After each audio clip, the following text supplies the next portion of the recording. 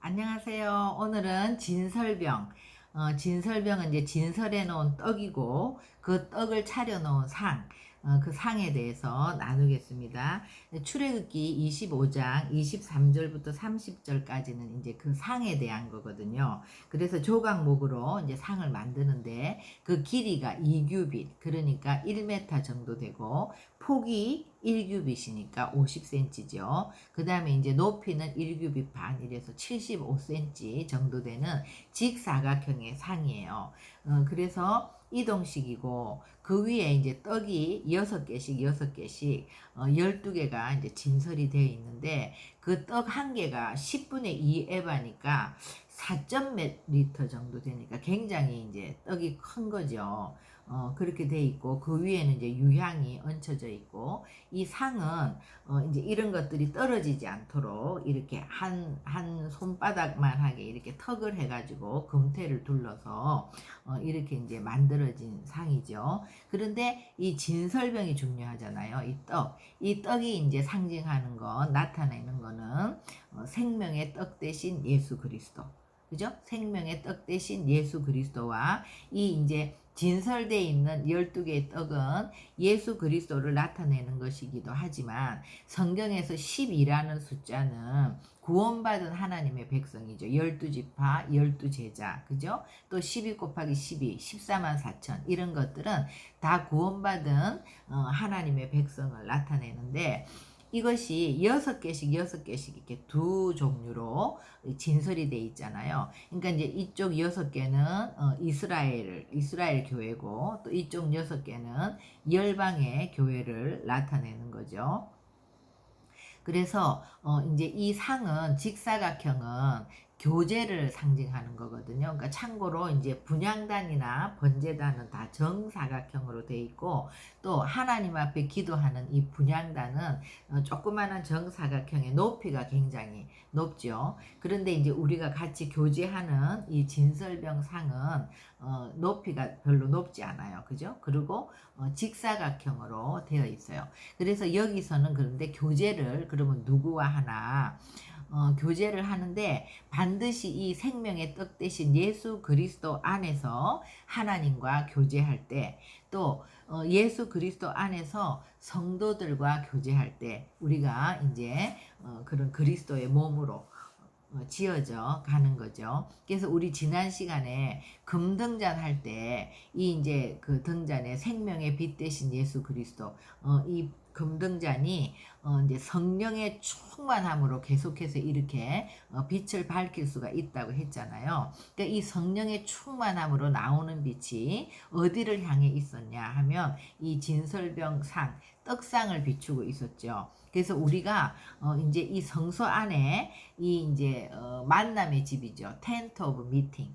이 만남의 집 안에 들어와서 이렇게 예수 그리스도 안에서 하나님을 이제 만나려면 우리가 성령의 조명을 받아야만 말씀을 통해서 예수 그리스도를 만날 수가 있는 거예요. 성령의 조명이 없이는 말씀을 그냥 읽어도 이거는 말씀일 뿐이에요. 그런데 성령이, 우리가 말씀을 이렇게 읽을 때 성령께서 빛을 비추어 주시면 이 말씀을 통해서 이 말씀 안에 있는 예수 그리스도를 우리가 만나고 예수 그리스도와 교제가 일어나는 거예요. 예수 그리스도와 교제가 일어나면 예수 안에서 하나님과 우리가 이제 교제가 일어나는 거죠. 그죠? 그렇기 때문에 이 캄캄한 성소 안에 제일 먼저 들어오면 성령의 빛이 비춰줘야 된다. 성령이 들어와서 빛을 밝혀줘야 이 떡상에서 교제가 일어날 수 있는 거예요. 그죠? 그러니까 이제 우리가 상을 통해서 교제한다는 것은 이제 은혜를 받는 거죠.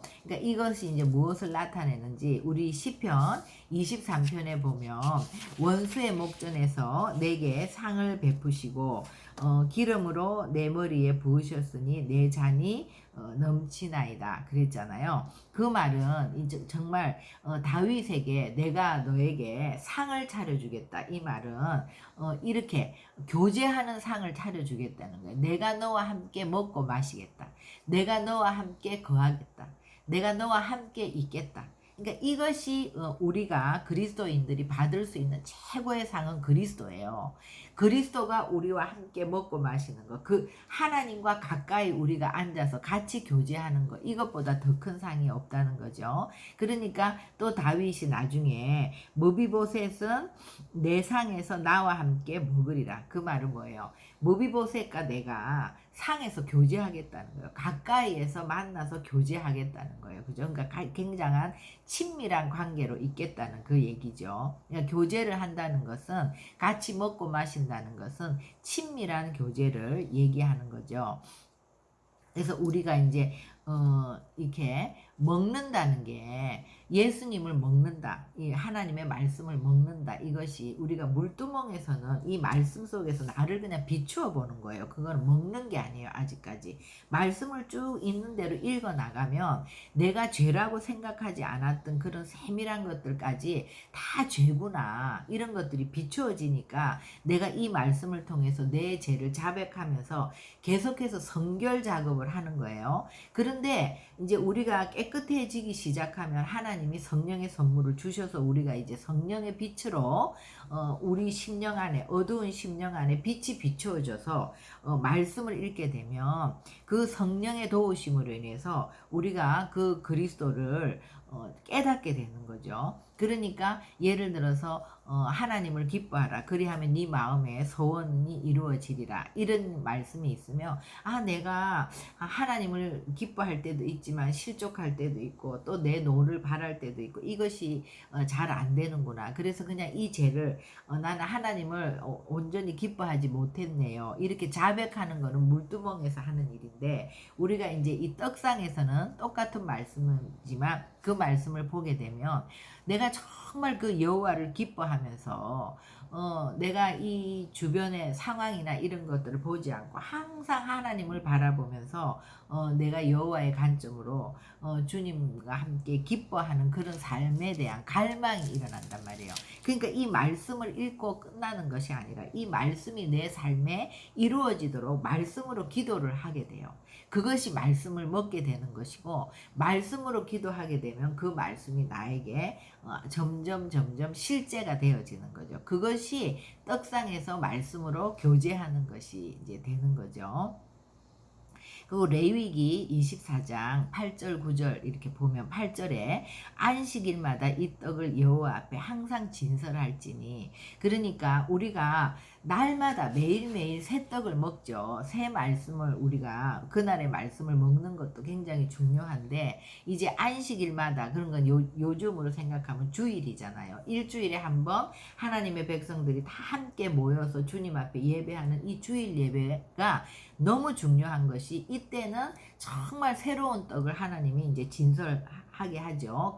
그 말씀은 새로운 영성, 새로운 기름 부음을 우리에게 부어 주시겠다는 거예요. 그렇기 때문에 우리가 정말 주일에 하나님 앞에 나가서 예배 드리는 것이 너무 중요한 것이고, 또 이제 그 묵은 떡은 아론과 그의 후손들이 그것을 거룩한 곳에서 나누어 먹는다 그랬거든요. 그러니까 우리가 주일날 받은 그 말씀을 우리가 목장 예배나 이런 송 모임을 통해서 두세 사람이 내 이름으로 함께 있는 곳에 내가 너희와 함께 하겠다고 하셨잖아요. 그러니까 언제나 우리가 성도들이 이 말씀 안에서 교제하는 이 자리에는 눈에 보이지 않지만 하나님의 임재가 함께 하겠다는 약속이거든요.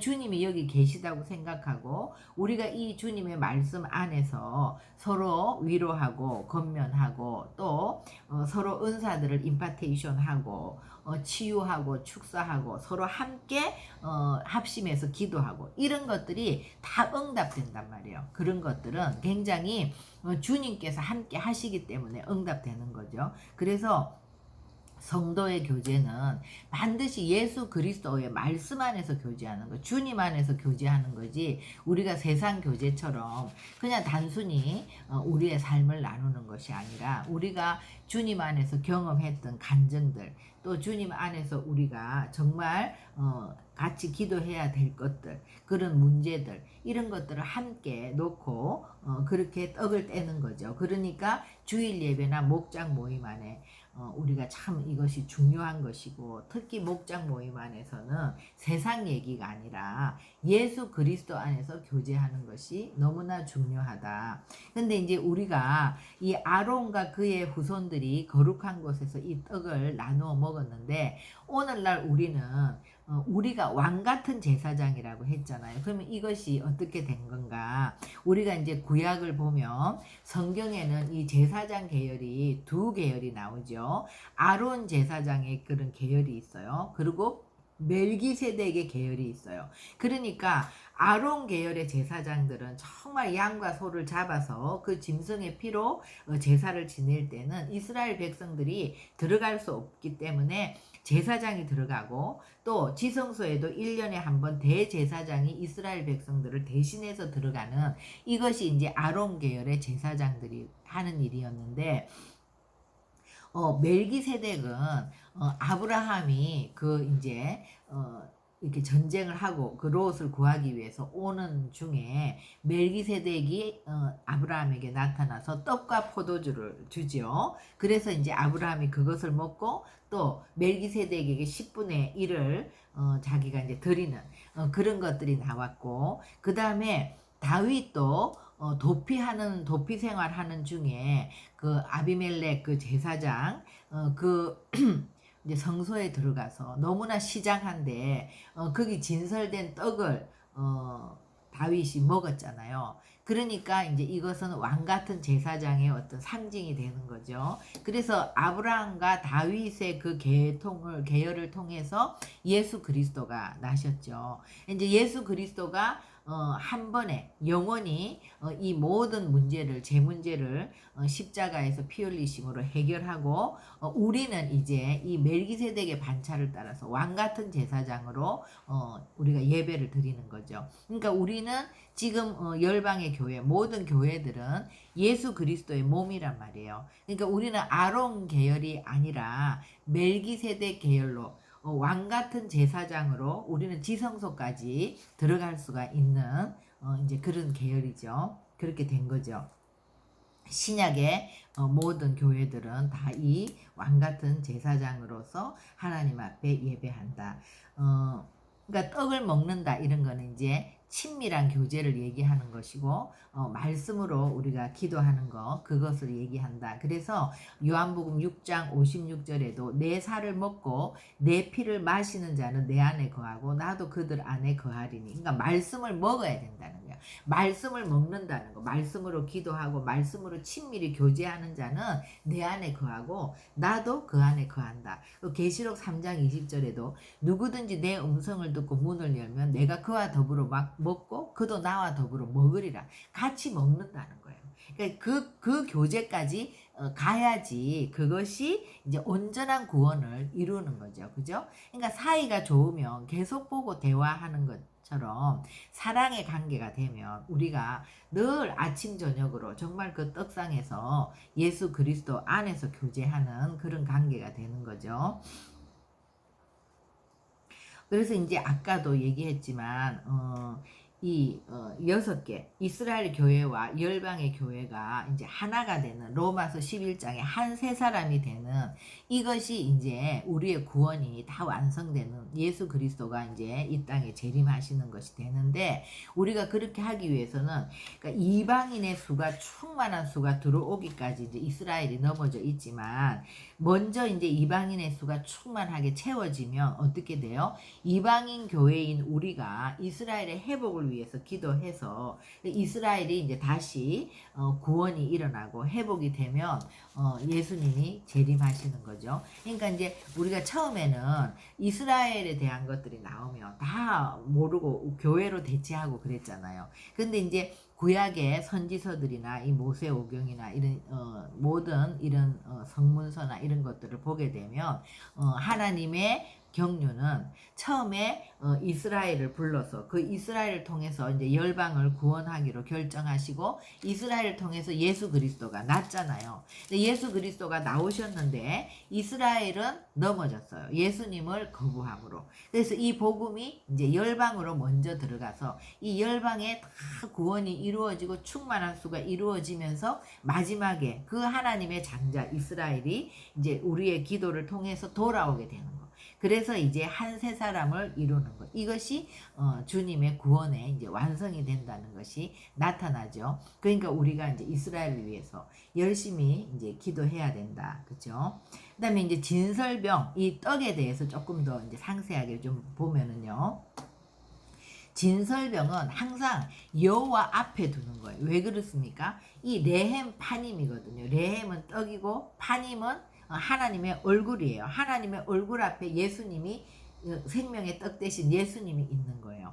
그러니까 우리는 예수가 없이는 하나님의 얼굴 앞에 갈 수가 없는데 죄로 인해서 분리되었던 우리가 예수 그리스도로 인해서 이제 하나님과 만날 수 있고 우리 이 휘장이 찢어졌단 말이에요. 그러니까 그 앞에 하나님 앞에 항상 진설되어 있는 떡이 예수 그리스도인 거예요. 그래서 우리는 이 말씀을 통해서 예수 그리스도를 먹고 예수 그리스도와 교제하면서 하나님과 교제하게 되는 거죠. 그러니까 여호와 앞에 진설하라. 레위기 24장 5절 6절에 보면 언제나 이 진설병을 여호와 앞에 두라는 거. 예수님을 통해서만 우리가 주님을 만날 수 있다는 거예요. 그래서 주님의 교회는 언제나 하나님의 얼굴 앞에 있어야 된다. 그러니까 우리는 늘 하나님의 얼굴을 구하고 하나님의 임재를 구하는 그게 기도의 전부예요. 우리가 정말 예수 그리스도 안에서 하나님의 얼굴을 구하고 하나님의 임재가 우리와 함께하면 우리의 육성이 죽잖아요. 그러니까 우리가 주님의 얼굴을 구하는 것은 우리가 정말 그렇지 않으면 우리의 육성이 또 살아나기 때문에 우리가 완성이 되려면 항상 하나님의 임재가 우리를 끌고 가야 되는 거죠. 그죠? 그래서 시편 105편 4절에도 여호와와 그의 능력을 구할지어다. 그의 얼굴을 항상 구할지어다. 얼굴을 구한다는 것은 하나님의 임재가 우리와 함께하면 하나님의 능력을 통해서 하나님의 도우심을 통해서 우리가 변화되는 거예요. 그죠?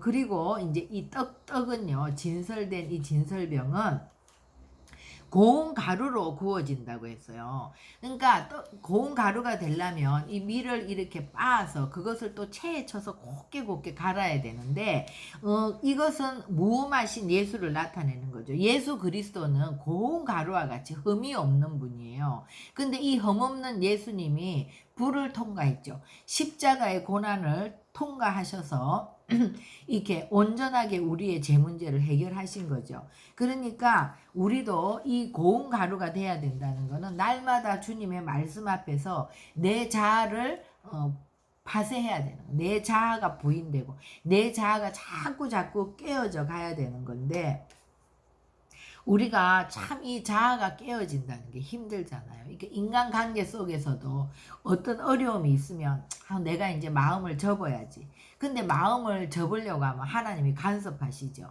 끝까지 사랑하라. 원수라도 끝까지 사랑하고 참고 기다리고 그거를 하나님이 원하시는 거잖아요. 그렇게 되어가는 게 고운 가루로 빻아지는 거예요. 근데 우리가 그것을 빻는다고 하는 것이 너무나 힘든 거죠. 그러니까 우리 자아를 부인하는 거, 우리는 그냥 마음을 접고 그냥 적당하게 대하고 싶은데 하나님은 원수를 사랑하라 이것까지 얘기를 하시면 그것이 얼마나 자아 부인을 하는 데 있어서 힘든 거잖아요. 그죠? 그리고 이제 예수님처럼 이렇게 고난과 시련을 우리가 통과해야 되는 것이 정말 나한테 있어서 그 문제만 없으면 아무것도 문제가 없는데 이런데 꼭 그 문제가 있잖아요. 우리가 가장 싫은 거 그런 것들이 꼭 있잖아요. 그것이 시련이죠. 그죠?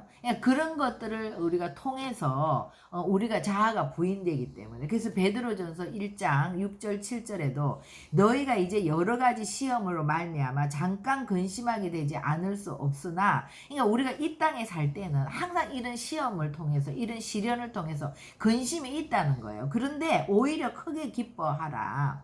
크게 기뻐하는도다. 너희 믿음의 확실함은 불로 연단하여도 없어질 금보다 귀하다 그랬어요. 그러니까 우리가 정말 믿음이 완성되기 위해서는 이렇게 정금과 같이 나오기 위해서는 이런 불시험이 우리 속에 그런 시련과 고난이 없으면 우리가 인내할 수가 없고 우리가 그런 기다림의 훈련을 통해서 완성되어진다는 거죠. 그죠? 그리고 또 이제 호세아서 7장 8절에 보면 에브라임은 뒤집지 않은 전병 같다 그랬는데 이 빵을 굽잖아요. 불에다가 구우면 앞뒤를 이렇게 뒤집어서 잘 익어져야 되는데 뒤집지 않으면 어떻게 돼요? 한쪽은 익지가 않죠. 또 안 뒤집으면 한쪽은 타고 한쪽은 안 익고 이렇게 될 수가 있잖아요. 그러니까 우리가 어떤 때는 믿음이 있는 것 같은데 어떤 때는 믿음이 하나도 없는 것 같고 또 교회에서는 내가 성결한 것 같은데 또 직장에서나 가정에서는 또 막 분노가 나고 뭐 또 내 육성이 나오고 이런 것들은 우리가 아직 뒤집어지지 않은 전병과 같은 부분이 많이 있는 거예요. 그러니까 다 이게 우리에게 해당이 되는 것이고 또 이제 레위기에 보면 이 진설병을 기름으로 반죽하라 그랬거든요. 그러니까 반드시 이 떡은 성령의 충만한 임재가 있어야지 이제 떡이 만들어지는 거. 또 레위기 2장 5절에 보면 누룩을 넣지 말라. 그러니까 너희는 누룩 없는 자인데 누룩을 넣지 말라. 그것은 우리의 죄와 옛 습관을 버리라는 거죠. 그죠? 그래서 정말 고운 가루로 빻아서 기름으로 반죽해서 누룩을 넣지 말고 불에 굽는데 정말 앞뒤로 뒤집어서 잘 익혀서 이렇게 구워야 된다. 이것이 이제 진설병에 대한 것. 그러면 이제 오늘 말씀을 총 정리를 해보면은요.